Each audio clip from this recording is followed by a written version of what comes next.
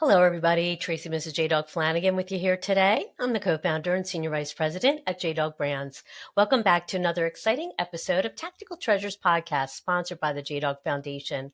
Our podcast gives veterans, mil spouses, active military members, military family members, and patriotic military supporters a voice in the veteran space to speak about their service, how they're affecting their communities post-service, and they share with me a tactical treasure that has shaped their journey in their military career, business, or life. Today, I am so excited to have with me Jaymes who is a former infantry leader in the 82nd Airborne Division who served 3 years in Afghanistan. After coming home, he turned to writing to make sense of his experience, which led to the creation of Modern Warrior Live, a powerful blend of personal storytelling and music that explores the emotional weight of war and the journey toward healing. He has since become a speaker and mental health advocate working with veterans, first responders, and trauma survivors across the country. Through hundreds of engagements nationwide, Jaymes brings a raw, honest voice to conversations about leadership, community, and post traumatic growth. Hello, Jaymes. Welcome to the podcast, and thank you so much for your service to our country. Oh, thank you, Tracy. Thank you for having me. Yes, I'm really excited for our discussion today. I think you're doing amazing things, but before we get into all that, I would love to ask what inspired you to join the Army? Hmm. I think it was a few things. I mean, September 11th was definitely part of it. I Mhm. was a sophomore in high school, and I didn't know much about the Twin Towers or anything like that. I was already looking at joining the military.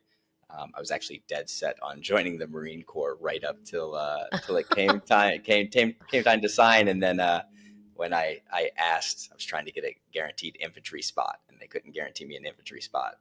And I remember, I had a deal with my dad because I needed him to sign so I could join at 17. I'd started school a year early, and the deal Mhm. included me talking to all the other branches. And so I knew the Army was offering me 82nd Infantry, all this stuff. And they ended up winning me over at the end of the day. Uh, But I think what might have been a big part of it for me also was just like most young people wanting to figure out who I was, that mhm. self-discovery journey, finding challenges, and the idea, especially after September 11th, of going overseas, was something that appealed to me. I wanted to be part of it. Right, right. Is there a particular aspect or moment from your service that stood out as impactful in a positive way for you? Wow, that's kind of reminds me of when people are like, "Oh, you were deployed for a couple years. Like, what was that like?" And my first thoughts always like it was so much. I mean, I was in over 8 years, so and it's the 8 years from 17 to I think I was 26 when I got out. Uh, so Wow. it was a lot. I mean, it was everything. But the things that stand out, I mean, definitely the deployments. Um, Mhm. I mean, of course, we've all had those hard moments too, but it really is the opportunity to get out to rural parts of the world that nobody sees, connect with individuals there, and kind of get to see, humanity through a different lens.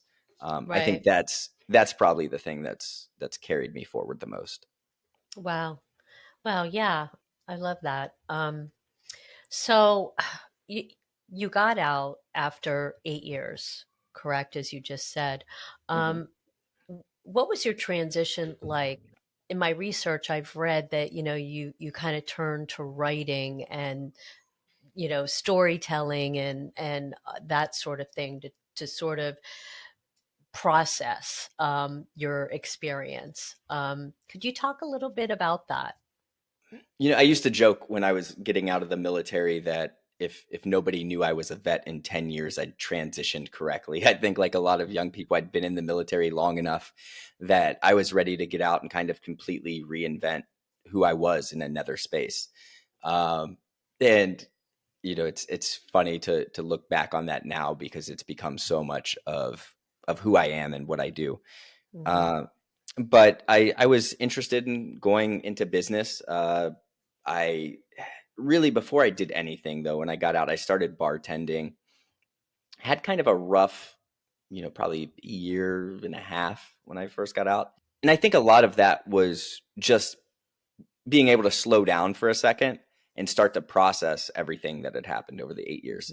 Mm. Um, I think a lot of it, I fell into a depression, but I think what was at the root of a lot of that was a lot of grieving friends and stuff that I'd put off the entire time in the military. Eventually, I met my girlfriend, who I'm still with today, and she's an amazing girl. I wanted to keep her around. I felt like I needed to go do something, show some positive movement there. So I signed up for a couple classes at a local community college. One of them was an English class, and I was just trying to knock my requisites out of the way. And the first assignment was a memoir. And so I went to the professor and let her know, like, hey, I'll write you something honest if you promise you're not going to like turn me into anybody. Like, I'm okay at the end of the Okay. day. And she said yes. I did. And then, and to her credit, she asked if she could share that with some people in the vet space after I wrote it. From there, I started getting asked to speak for events, sit on panels. Mhm. Kind of grew organically as I went on to work through and finish a finance degree. But just the relationships I made in this space eventually led to me connecting with my business partner now, Dominic Farinacci. Yeah. Wow. That's amazing. How doors just opened by you being willing to be vulnerable and tell your story. And I'm sure it was very therapeutic too.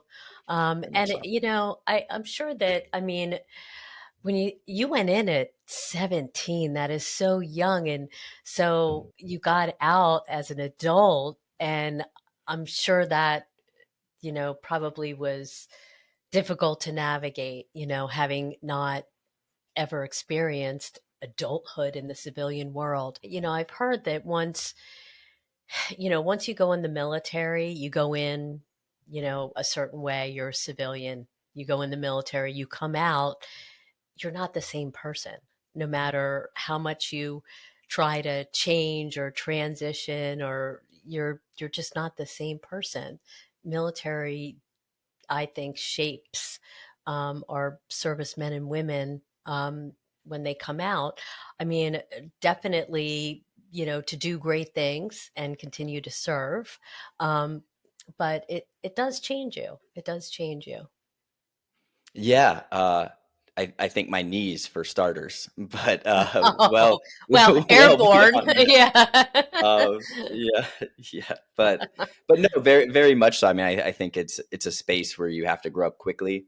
Um, Hmm. I remember I was a sergeant before I could buy alcohol. Like I remember, at one point being the Yeah. youngest person in my squad, and I was the squad leader. You have to learn how to solve problems that you are yet to face in your personal life. And so, yeah, I think it forces a lot of perspective, and it forces a maturity if you're going to succeed in the space. Sure, sure. So talk to me about Modern Warrior Live. I went to the website and kind of, luckily was able to look at like a trailer and be able to see kind of what you're doing.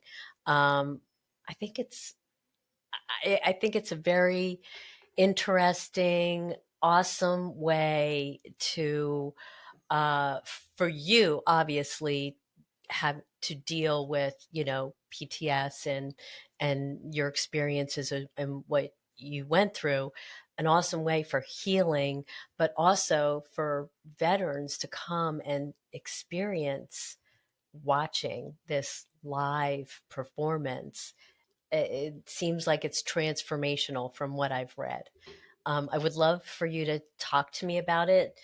How you guys partnered together? How did this whole thing get started?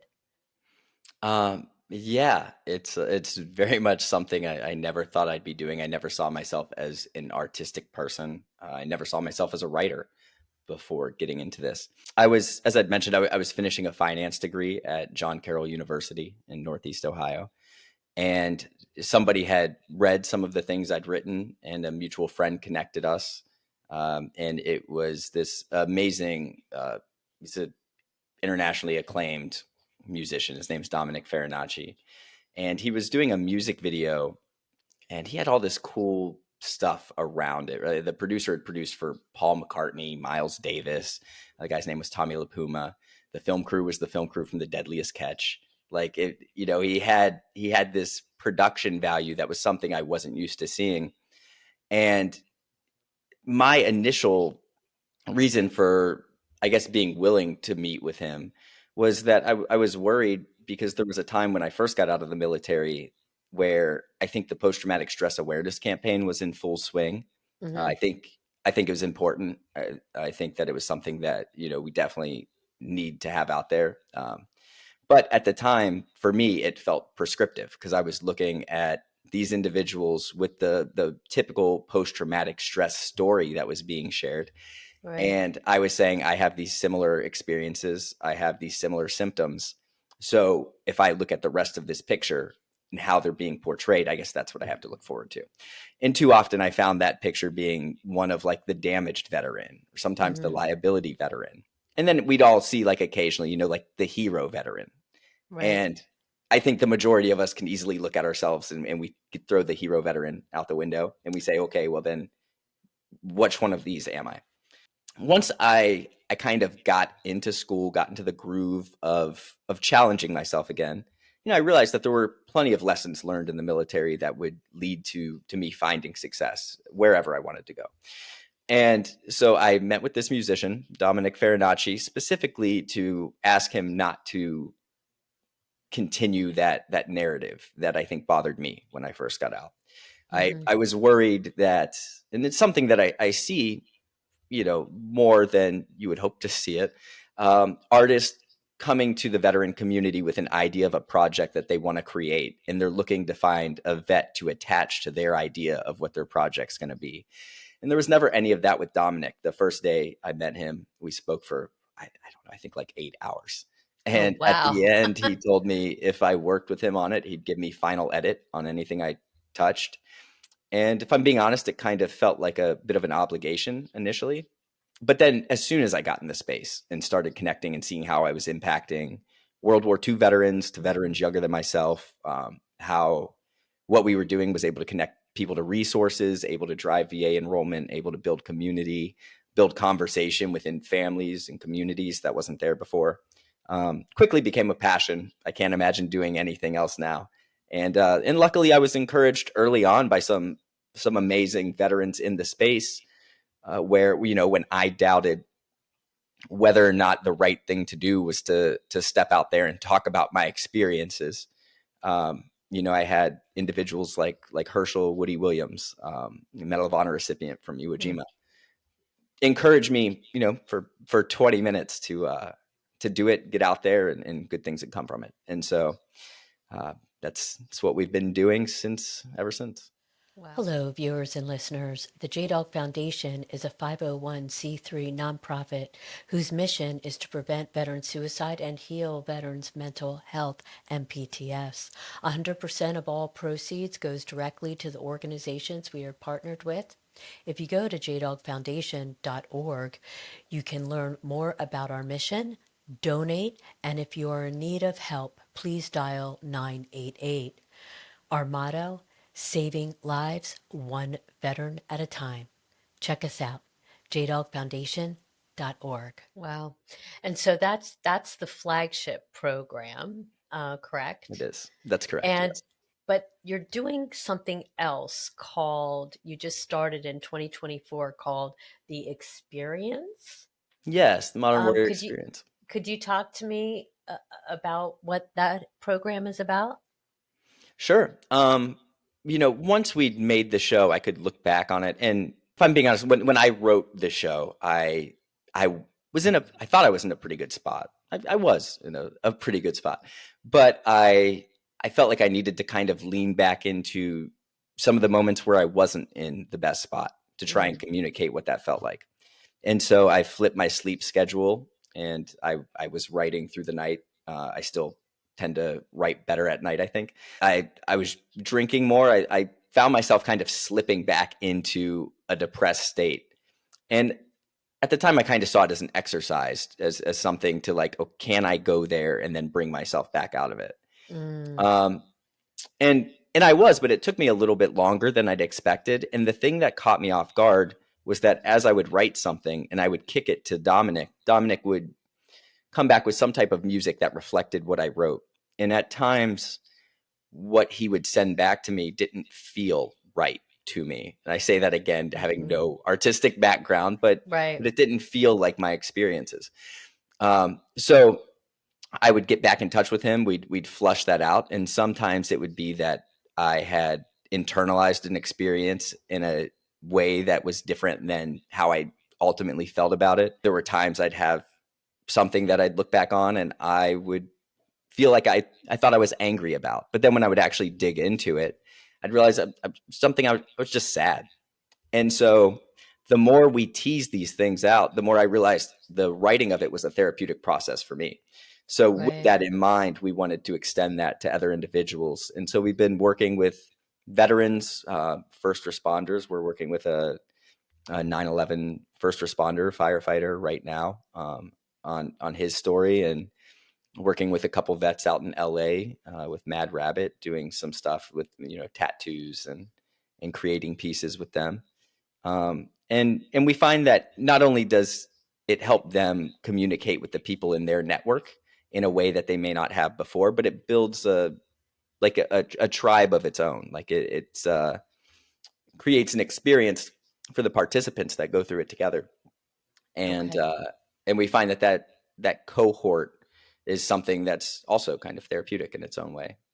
These veterans, first responders that are telling their story, are they having the music set to it, and then what happens with that? Do they actually perform it? Yeah, so they always do perform it. The performances can vary a little bit Okay. depending on what we have set up with the cohort, what the opportunity is. Sometimes it's going to be a studio session, and we're going to focus on high production filming of something, and so then the video becomes the asset. Other times, we're not as focused on the video production element, but we're going to do it in a 2,000 seat theater, and they're going to control the audience. And it's powerful to see, a 2,000 seat theater and see 15 people in the audience for this private performance. A lot of Right. times that's tied to our broader production that we're doing, and we're able to, adapt everything on stage from our show for their story. But every time we work with them to help them flush out their story in whichever way they want to share it. In the same way Dominic never encouraged me to say or not say anything, we're doing the same with them. We want them to say what they want to say. We Hmm. just want to help them find the best way to say it. And then they work with Dominic and our director, Emmett Murphy, to pull together the music and multimedia and flush their piece out in a deeper way. Wow, that's really amazing. And I'm sure it's probably become very healing for them, right? I hope so. They tell me that it is. Yeah. And And I think that it's really cool too to see what they bring to the conversation, because there's Hmm. times that we'll have individuals come share their experience and they feel empowered, they feel comfortable doing it, and they're able to speak to things that I personally can't, like fatherhood or something like that. And so we're able to reach back out to them again when we're doing certain events and bring them back in if we think they're the right fit at the right place and the right time to come and do it again in a similar fashion to how I'm doing mine, and speak to you know segments of our community in a different way. And so we really see it as kind of building a coalition here.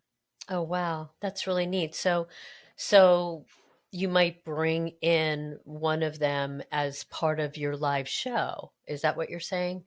Yes, and sometimes we've Okay. done that. Specifically, we brought in a Vietnam veteran named Leon Bibb, who's a news anchor from Cleveland. He's actually the first African American news anchor in a major city.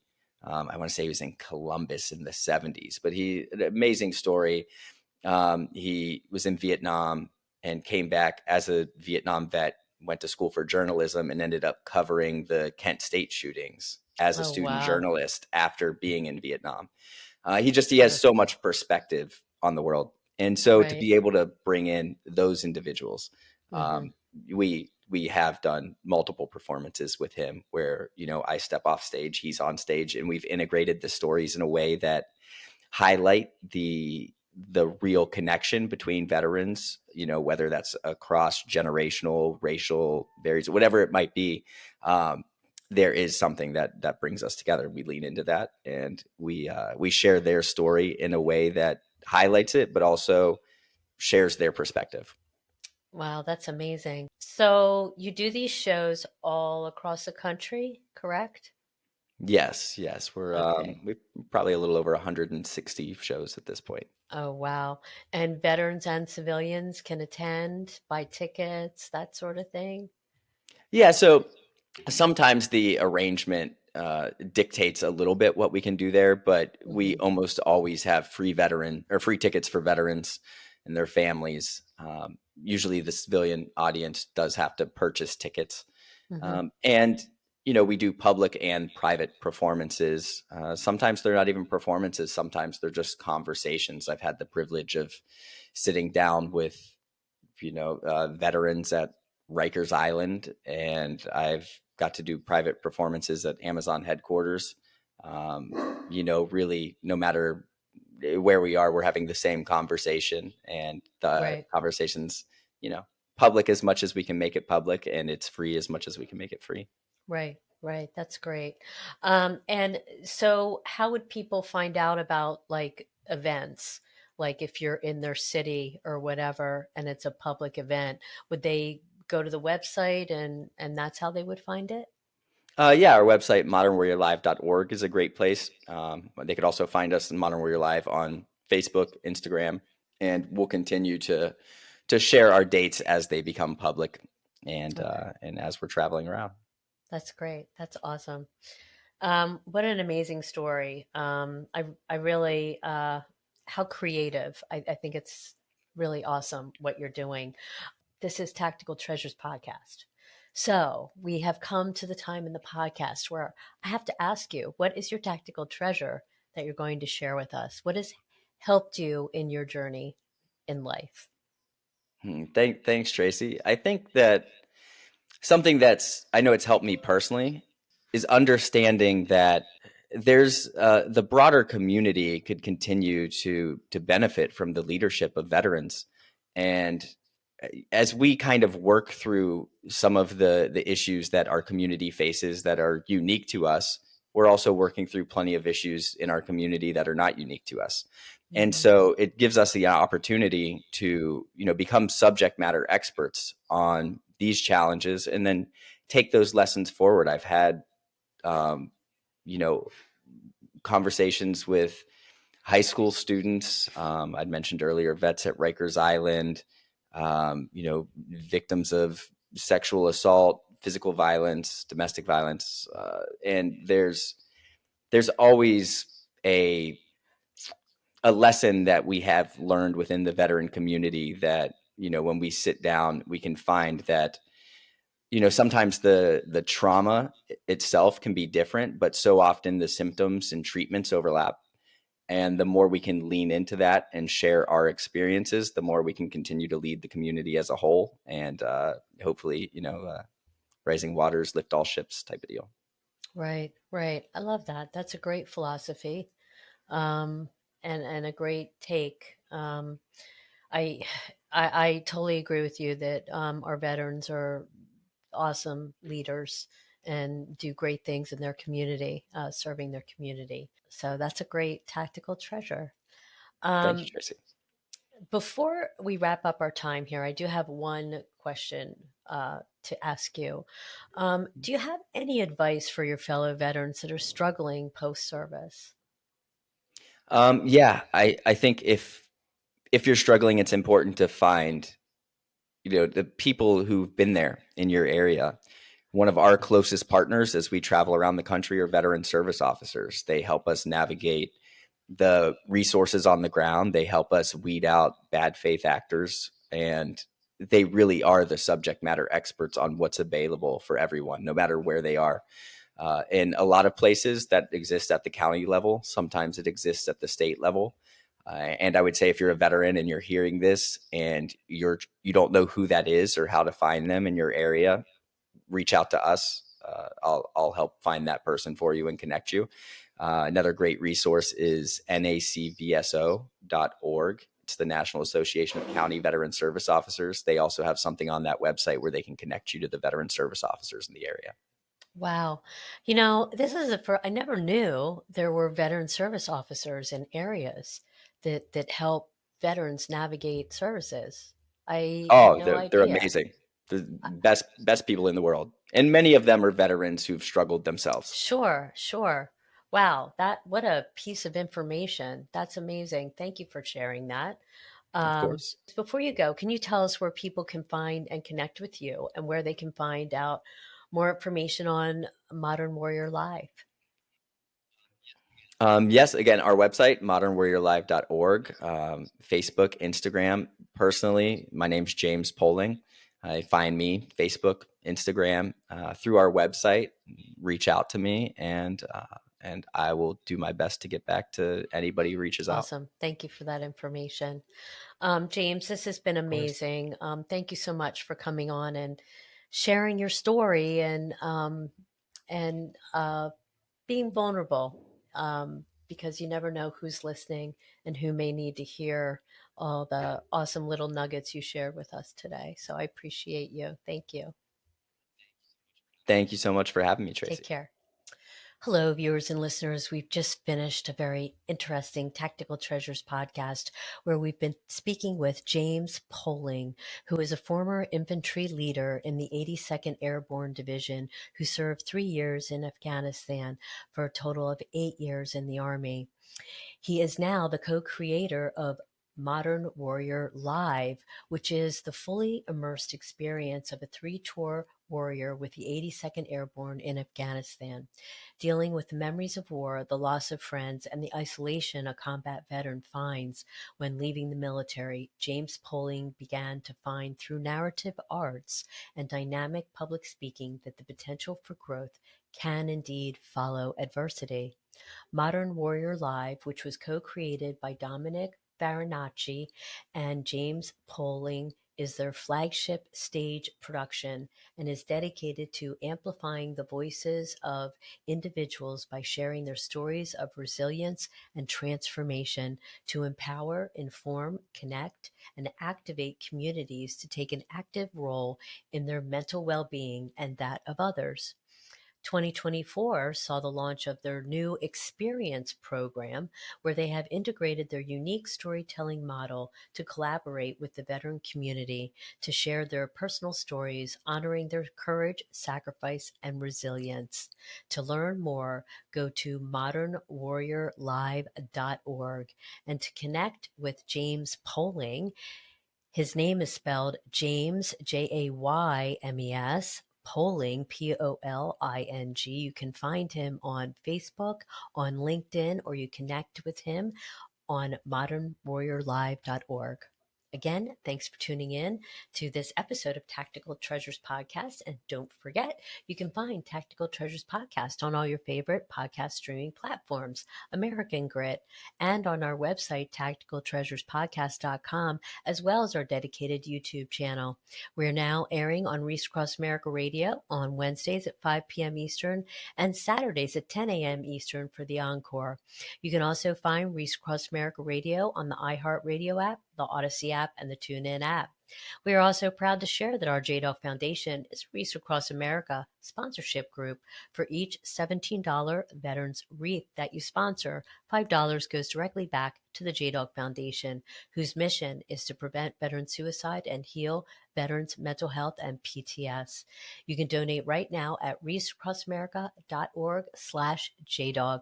Again, thanks for joining us, and we'll see you on another podcast real soon. Bye-bye now.